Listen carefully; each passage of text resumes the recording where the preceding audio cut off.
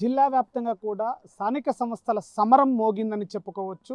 మరోవైపు పార్టీలు బలపరిచినటువంటి అభ్యర్థులు హోరాహోరీలో ఓటర్లను ఆకర్షించడానికి తమ వైపు హామీలను అయితే మొదలుపెట్టినటువంటి పరిస్థితి కనబడుతుంది. నువ్వా నేనా అనేటువంటి పరిస్థితుల్లో కూడా రాజకీయం రణరంగంగా మారిందని చెప్పుకోవచ్చు. ఎన్నికలకు ఈరోజు ప్రచారానికి సంబంధించినటువంటి చివరి రోజు కాబట్టి మరోవైపు రెండో విడత మూడో విడతకు సంబంధించిన అభ్యర్థులు కూడా తమకు కేటాయించినటువంటి గ్రామాలలో హోరాహోరీగా ప్రచారం కొనసాగుతుంది. ఓటర్లను ఆకర్షించడానికి తమ వైపు నుంచి కూడా హామీల పర్వం అయితే కొనసాగుతుంది. ఏకంగా బాండ్ పేపర్లు రాసిస్తున్నటువంటి పరిస్థితి గ్రామాల్లో నెలకొంది. ప్రస్తుతం మహబూబ్నగర్ జిల్లాకు సంబంధించిన పొల్కంపల్లి గ్రామానికి చెందిన కాంగ్రెస్ బలపరిచిన అభ్యర్థి వెంకటేశ్వరి మనతో ఉన్నారు. ఆమెతో మాట్లాడే ప్రయత్నం చేద్దాం. అమ్మ, ఎలా ఉంది ఈరోజు రాజకీయ రణరంగంగా మారింది? నువ్వా నేనటువంటి పార్టీల అభ్యర్థులు హోరాహోరీగా ప్రచారం చేస్తున్నారు. మీరు ఒక మహిళగా గ్రామంలో ప్రచారం ప్రారంభం చేశారు. ఎలా ఉంది? ప్రజలు ఎలా రెస్పాండ్ అవుతున్నారు? మీకు ఏం చెప్తున్నారు? నా పేరు వెంకటేశ్వరి. కాంగ్రెస్ పార్టీ బలపరిచిన ఈ గ్రామానికి సర్పంచ్ అభ్యర్థిగా నేను నామినేషన్ వేశాను. నేను క్యాన్వసింగ్ చేస్తుంటే ప్రజల మాట తీరు కానీ వాళ్ళు అడిగే ప్రశ్నలకు మంచిగా సమాధానం చెప్పగలుగుతున్నాను. ఎందుకంటే ఇప్పుడు లాస్ట్ 2 years సర్పంచ్ లేడు, కానీ సర్పంచ్ పనులన్నీ మా ఆయన అతను చేయగలిగిండు. మేము పదవికాంక్షతో ఆ పనులు చేయలేదు, ఎలక్షన్లో పాల్గొనలేదు, కానీ అతను గ్రామ సేవ సేవ సేవ అంటూ తిరుగుతుంటాడు. నేను కూడా పట్టించుకోలేదు, చేస్తే చేయనులే, పైన దేవుడు చూసలే, మా ఆయన చేస్తుంది కదా, ఆ సేవ మా పిల్లలకు కూడా వస్తుందిలే అని అనుకున్నాను. అయితే ఆ దేవుడు మమ్మల్ని కరుణించిండో ఏమో కానీ అతను చేసిన కష్టానికి మాకు 3 పిల్లలు ఉన్నారు సార్, కానీ మేము రేపు ఫ్యూచర్లో మేము పదవిలో ఉంటామని అసలు అనుకోలేదు. దేవుడు అతని కష్టాన్ని చూసి అతను 3 పిల్లల్ని తీసేయడం ఏంటి, అందులోనూ ఎస్సీకే రావడం ఏంటి, ఈ 2 ఆపర్చునిటీస్ దేవుడు కల్పించిండు. కాబట్టి నేను ఒక చిన్నపాటి ఉద్యోగం చేస్తున్నా, బీఎడ్ చేసిన, కానీ ప్రైవేట్ స్కూల్లో టీచ్ చేసేదాన్ని. అంగన్వాడీ వర్కర్గా వచ్చింది నాకు. 2 years చేశాను. చిన్నపిల్లలకి నా వంతు నేను తప్పకుండా చదువు విషయంలో కానీ ఆ పిల్లల ఫుడ్ విషయంలో కానీ బాగానే చేశాను. ఇప్పుడు దేవుడు మాకు 2 ఆపర్చునిటీస్ కల్పించిండు కాబట్టి నేను ఒక ఉమెన్గా వచ్చింది. ఇక్కడ గ్రామ సర్పంచ్కి ఎస్సీ ఉమెన్ అని వచ్చింది. అతడు చేసిన కష్టానికి నేను ప్రతిఫలం చేకూర్చామనే ఉద్దేశంతో నేను ఒక అడిగేశాను. అంగన్వాడీ జాబ్కి రిజైన్ చేశాను. నేను ఇప్పుడు దీనిలో పార్టిసిపేట్ చేస్తున్న ఎలక్షన్లో. నేను తప్పకుండా చదువుకున్నా కాబట్టి నేను తప్పకుండా అభివృద్ధి ఏంటో చూపిస్తాను. అంటే మరోవైపు మీరు ఒక ఎడ్యుకేటెడ్గా ఉన్నటువంటి రాజకీయ పరిస్థితుల్లో గ్రామాలకి నిధులు లేక ఒకవైపు రాజకీయ నాయకులే, మాజీ సర్పంచులు కావచ్చు, గతంలో సర్పంచులు కావచ్చు, భయపడిపోతున్న పరిస్థితుల్లో ఒక ఉమెన్గా ఒక ఉద్యోగానికి రిజైన్ చేసి కూడా గ్రామానికి సేవ చేయాలని వచ్చి చెప్తున్నట్టున్నారు.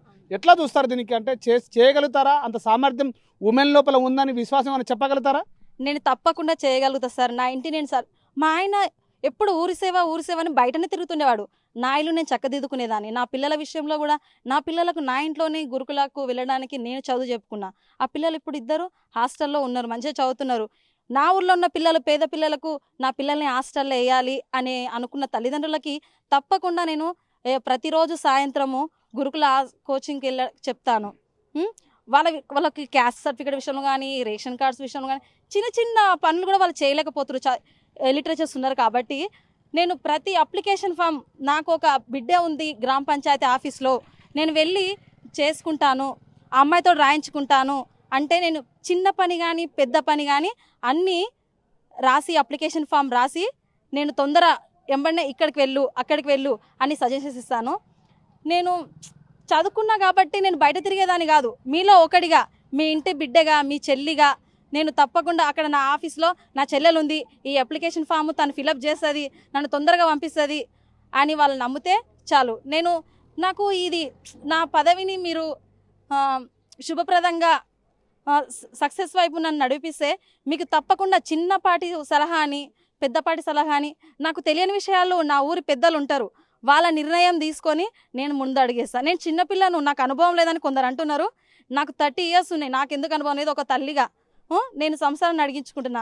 నా ఊరి డెవలప్మెంట్ తప్పకుండా చేస్తాను సార్. వైపు పెద్దలు ఉన్నారు, వారితో మాట్లాడే ప్రయత్నం చేద్దాం. సార్ చెప్పండి, అసలు గ్రామాల్లో ఇప్పటికే చాలా రసవత్తరంగా రాజకీయాలు మారిపోయినాయి. స్థానిక సంస్థల ఎన్నికలు, సర్పంచుల గురించి కూడా హోరాహోరీగా ప్రచారాలు జరుగుతున్నాయి వివిధ పార్టీలకు సంబంధించిన అభ్యర్థులందరూ. మీ గ్రామానికి సంబంధించిన ఒక మహిళ కూడా ఎస్సీకి రిజర్వ్ కావడంతో ఒక మహిళ మాతృమూర్తి పోటీ చేస్తుంది. ఎలా చూస్తారు రాజకీయం గురించి? ఏం చెప్తారు సర్పంచ్ ఎన్నికల గురించి?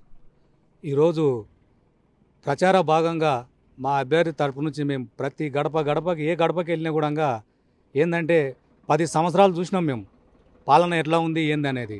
ఒక రేషన్ కార్డు విషయంలో కానీ, ఒక సన్నబియ్యం విషయంలో కానీ, మనకు వచ్చే బెనిఫిట్స్ ఏదున్నా కూడా ఇంద్రం ఇండ్లు కానీ, మాకు ఒకటి ఊర్లో ఉన్న సబ్స్టేషన్ కానీ, మాకు ఒకటి 4 కోట్ల బ్రిడ్జి, ఒకటి బీటీ రోడ్ ఒకటి శాంక్షన్ అయింది, అది కానీ మాకు వచ్చే ప్రతిదీ డెవలప్మెంట్ విషయంలో మాకు నిత్యం ఎమ్మెల్యే గారు మాకు ఎంబడి ఉండి, మీరు ఊర్లలో ఎక్కడో హైదరాబాద్లో ఎక్కడో ఉండడం కాదు, ఊర్లలో ఉండి ప్రజల సేవ చేయాలి, మీరు ఎంతసేపు వాళ్ళకి ఏం కావాలో మీరు ముందు తెలుసుకోవాలంటని చెప్పి ఎమ్మెల్యే గారు మాకు ఆదేశాలు ఇవ్వడం జరుగుతుంది.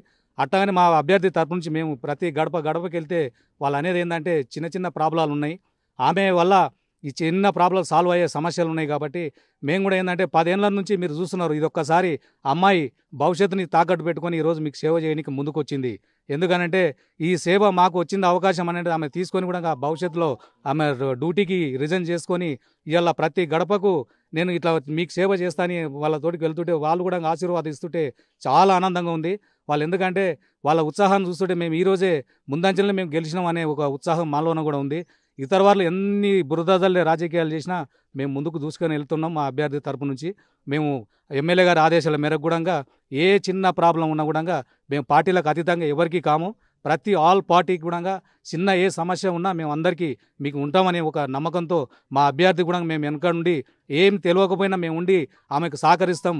ఆమె ఎలాంటి అనుభవం లేదు ఇది లేదని అనుభవం ఉన్న వాళ్ళు చేసింది 30 ఏళ్ళ నుంచి చూసిండ్రు, ఇప్పుడు అనుభవం లేని ఒక 5 సంవత్సరాలు చూడండి మీరు ఎట్లా ఉంటుంది.